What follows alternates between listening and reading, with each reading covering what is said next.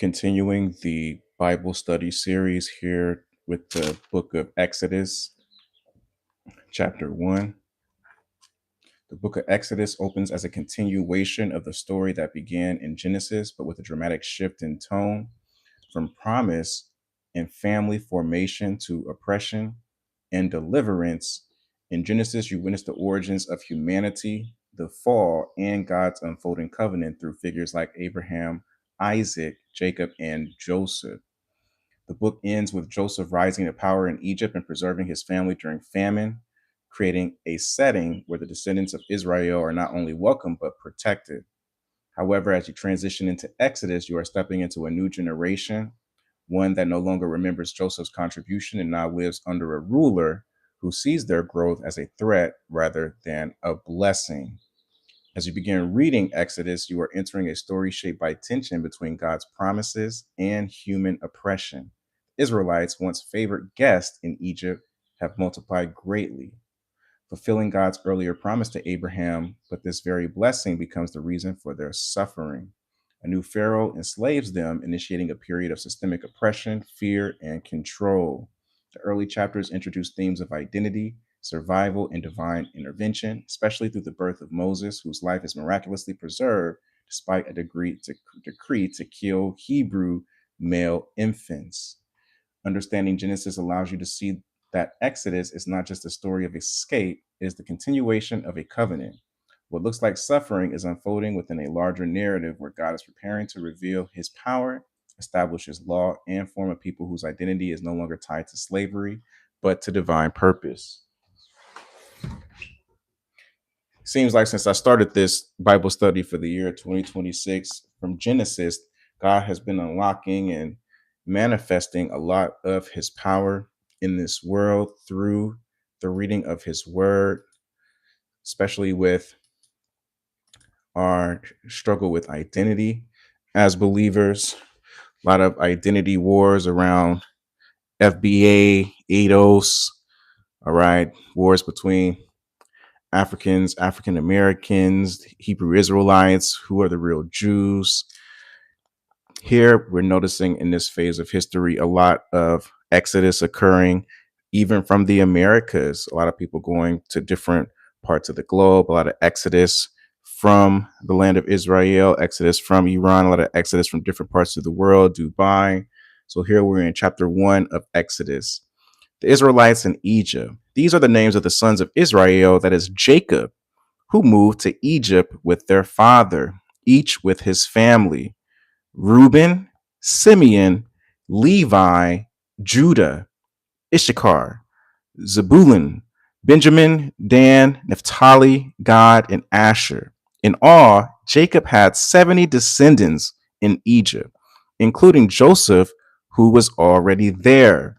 In time, Joseph and all of his brothers died, ending that entire generation.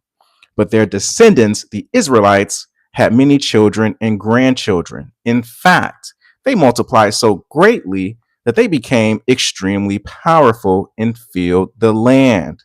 Eventually, a new king came to power in Egypt who knew nothing about Joseph or what he had done. He said to his people, "Look, the people of Israel now outnumber us and are stronger than we are. We must make a plan to keep them from growing even more.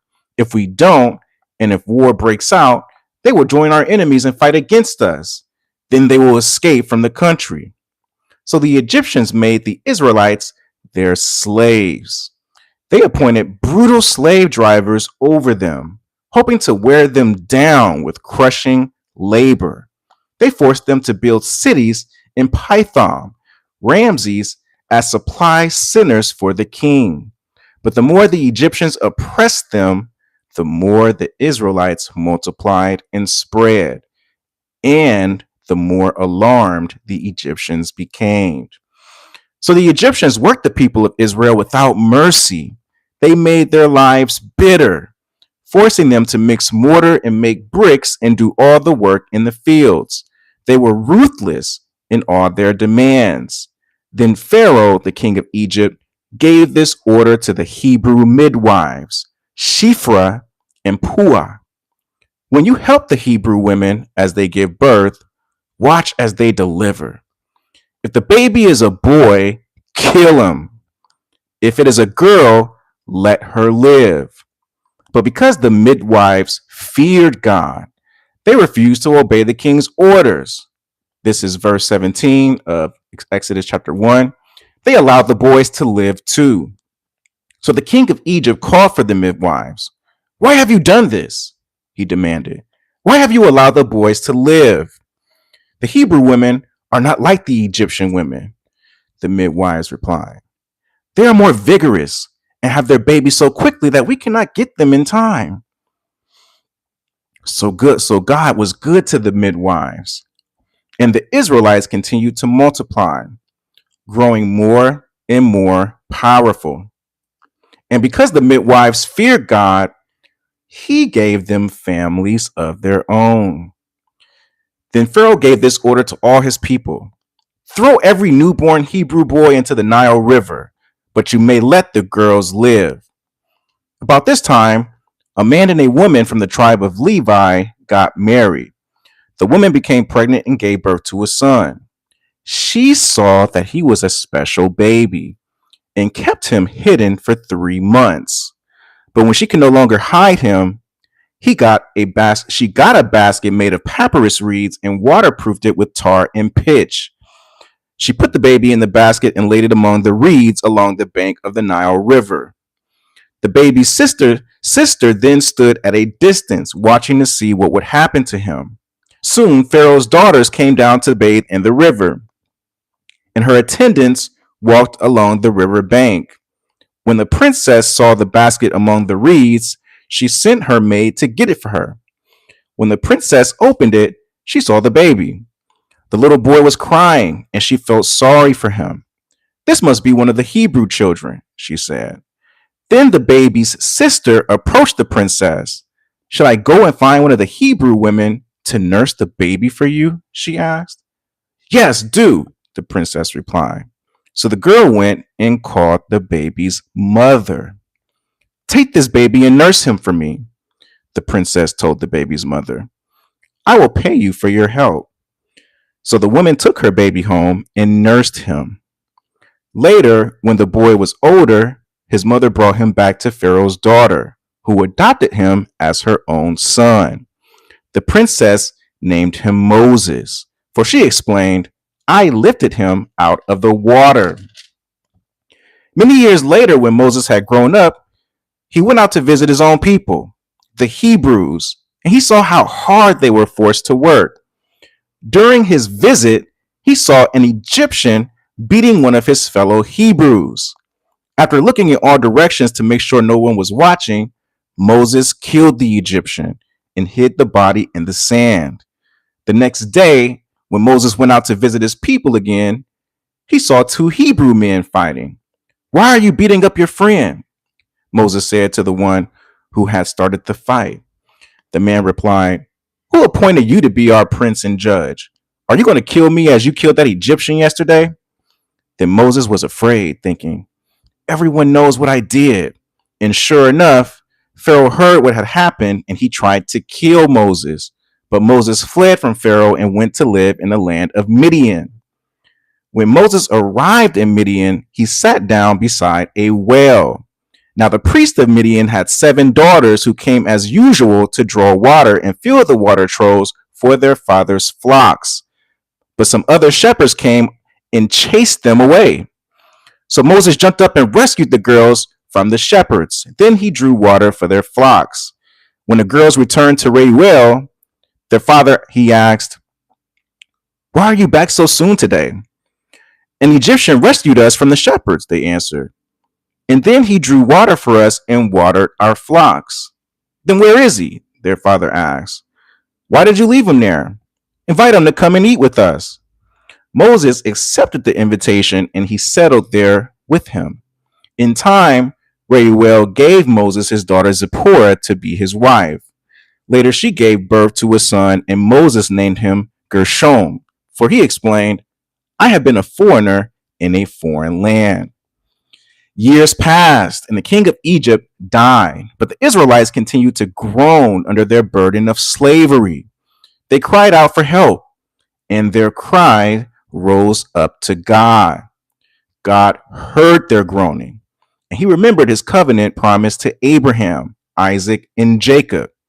He looked down on the people of Israel and knew it was time to act. One day, Moses was tending the flock of his father in law, Jethro, the priest of Midian. He led the flock far into the wilderness and came to Sinai, the mountain of God. There, the angel of the Lord appeared to him in a blazing fire from the middle of a bush. Moses stared in amazement.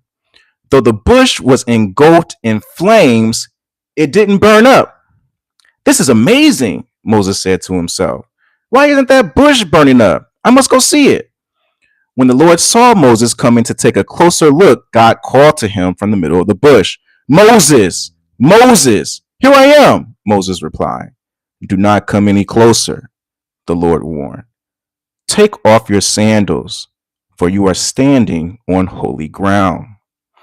I am the Lord God of your father, the God of Abraham, the God of Isaac, and the God of Jacob.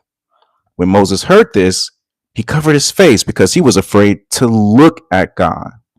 Then the Lord told him, I have certainly seen the oppression of my people in Egypt.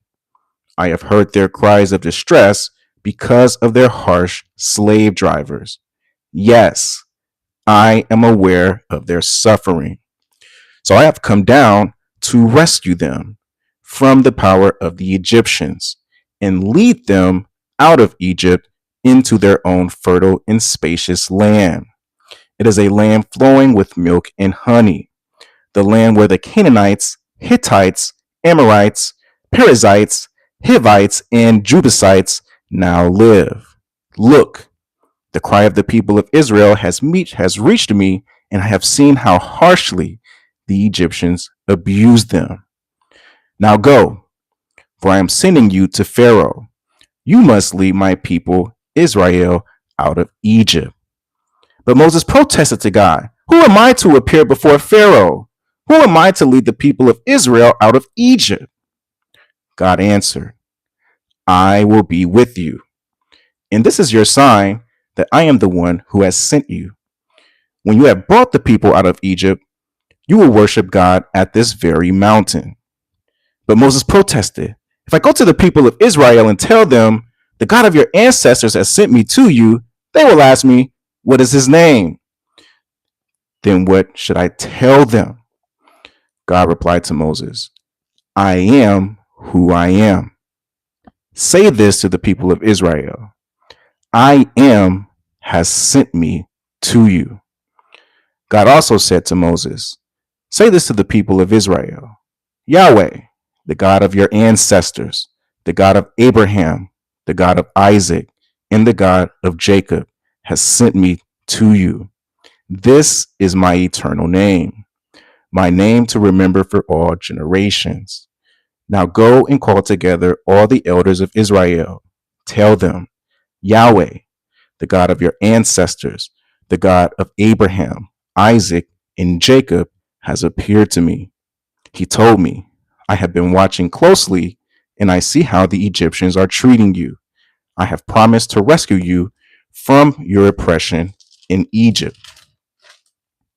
I will lead you to a land flowing with milk and honey, the land where the Canaanites, Hittites, Amorites, Perizzites, Hivites, and Jebusites now live. The elders of Israel will accept your message. Then you and the elders must go to the king of Egypt and tell him, the Lord, the God of the Hebrews, has met with us. So please let us take a 3-day journey into the wilderness to offer sacrifices to the Lord our God. But I know that the king of Egypt will not let you go unless a mighty hand forces him. So I will raise my hand and strike the Egyptians, performing all kinds of miracles among them. Then at last he will let you go, and I will cause the Egyptians to look favorably on you. They will give you gifts when you go, so you will not leave empty handed. Every Israelite woman will ask for articles of silver and gold and fine clothing from her Egyptian neighbors and from the foreign women in their houses. You will dress your sons and daughters with these, stripping the Egyptians of their wealth. God bless you guys. Hope you have a blessed day.